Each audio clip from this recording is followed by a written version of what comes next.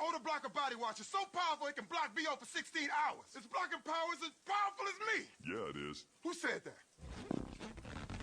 Is that my left bicep? No, it was my abdominals. Older blocker body wash is too powerful to let this commercial in. Block. Building kit. Explosion! Power!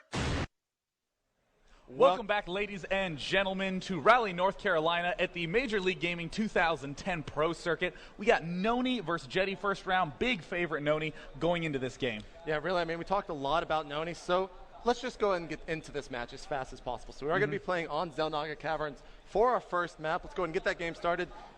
Now, Xel'Naga Caverns, we talked a lot about this earlier, but in the PvZ matchup, we talked about how it's so hard for the Zerg to fast expand, especially against early aggression. Yeah. Because, I mean, so many Protosses, I think the linchpin of their strategy is getting that very fast 1 or 2 gates at the start for Zealot pressure.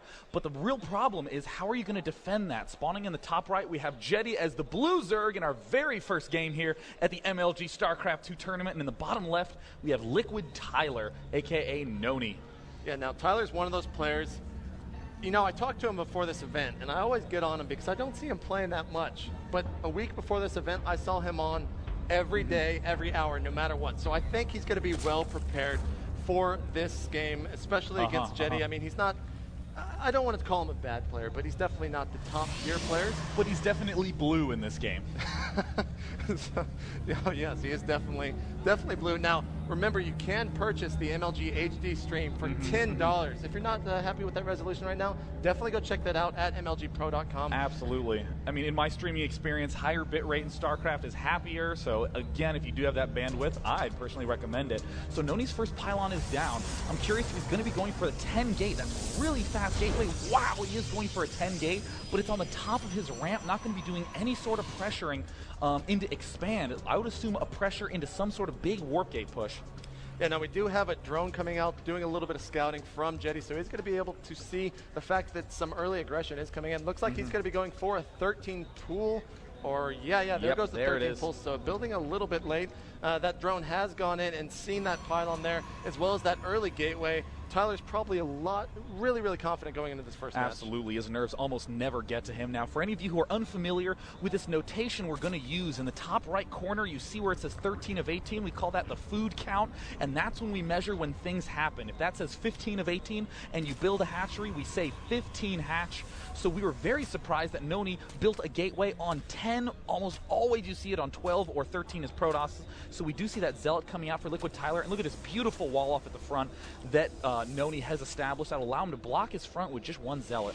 Yeah, we do have early gas there. Pretty standard stuff coming from the Zerg player Jetty, as he hasn't made any lings yet, because that's because his spawning pool has just spawned right there. You're going to be seeing him getting a queen and spawning the lings. Definitely, I think Jetty's definitely nervous right now because that was really a late queen right there. His minerals were about 300, 400. And when you're playing against NonY, I mean, who's not going to be nervous? Yeah, again, in terms of that timing, when that pool finishes, you need to be spamming that Q button so much to start that queen immediately.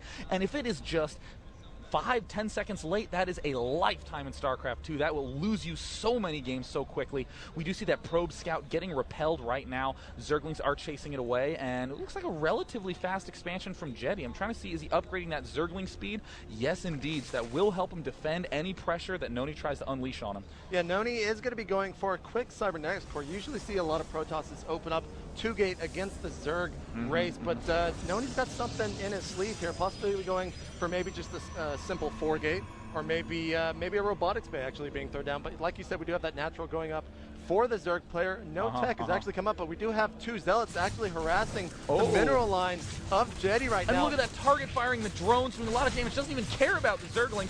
just trying to eliminate as much of the economy as possible, going to the income counter. Look at that, only 10 harvesters left over for Jetty. That was an extremely successful attack.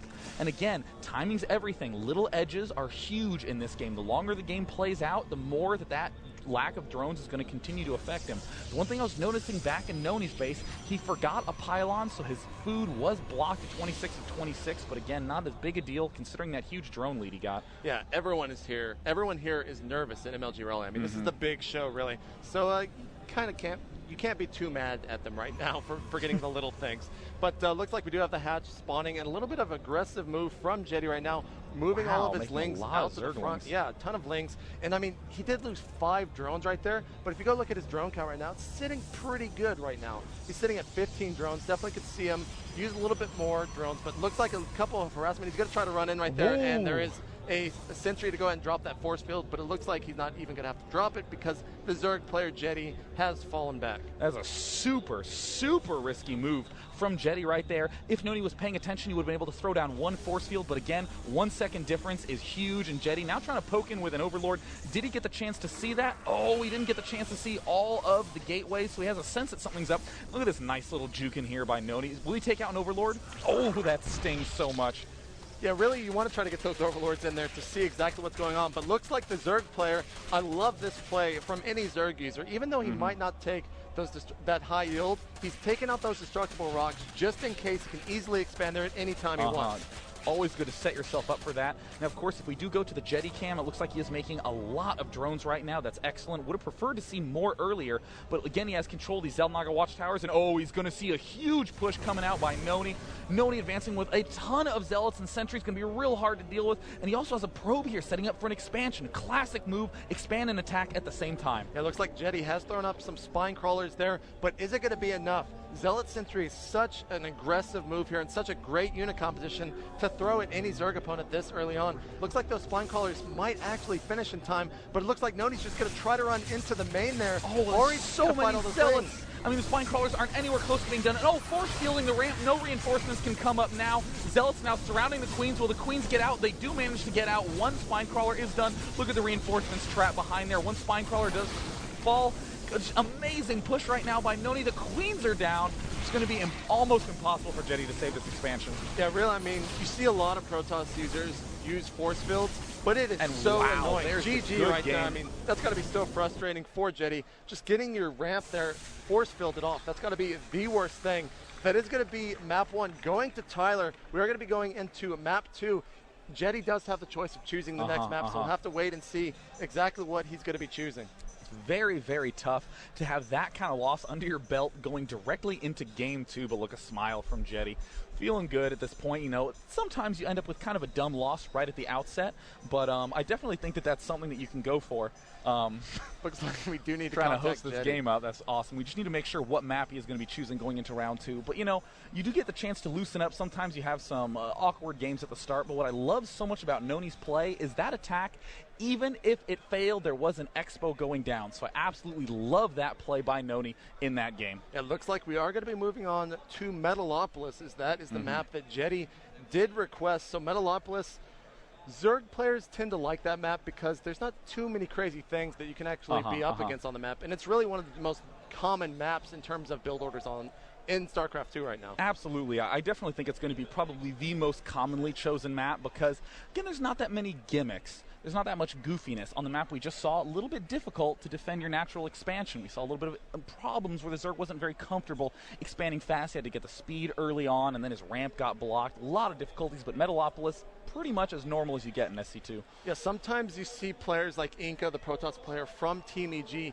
He likes to actually hide gateways across the map, which is really one of the smart plays. It's really strong because your opponent can't actually scout that. You just throw it in the most random place on the map, then you just drop 3 gates around it. Your opponent has no idea that a ton of pressure is about to come. One of the huge advantages of Protoss on a big map is that ability to warp in units, both warp prisms and pylons. We'll be going into game 2 right now. NonY does have the lead 1-0, but this is a very nice map.